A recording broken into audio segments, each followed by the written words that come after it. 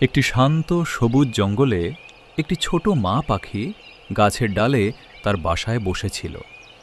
বাসার ভেতরে ছিল কয়েকটি ডিম। মা পাখি সেগুলো খুব যত্ন করে আগলে রাখছিল। কিছুদিন পরে ডিমগুলো ফুটে ছোট ছোট বাচ্চা বের হলো। বাচ্চাগুলো মিষ্টি করে ডাকতে লাগলো। মা পাখি খুব খুশি হলো এবং তাদের যত্ন করতে লাগলো। প্রতিদিন মা পাখি উড়ে উড়ে খাবার নিয়ে আসত। ছোট ছোট পোকা এনে বাচ্চাদের খাওয়াতো। বাচ্চাগুলো মুখ খুলে অপেক্ষা করত, আর মা পাখি ভালোবাসা দিয়ে তাদের বড় করছিল। হঠাৎ একদিন একটি সাপ ধীরে ধীরে গাছ বেয়ে বাসার দিকে এগিয়ে এলো। ছোট বাচ্চাগুলো ভয়ে চুপ হয়ে গেল। ঠিক তখনই মা পাখি ফিরে এসে সবকিছু দেখে ফেলল।